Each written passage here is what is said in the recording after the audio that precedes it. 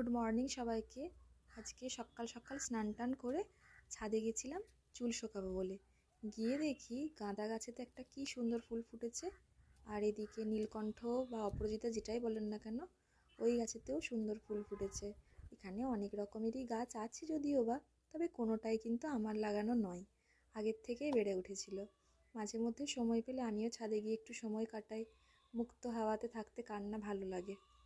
আজও তাই সকাল সকাল একটু চলে গেছিলাম ছাদে, একটু রোদেতেও থাকা হবে আর ভালোও লাগবে বেশ।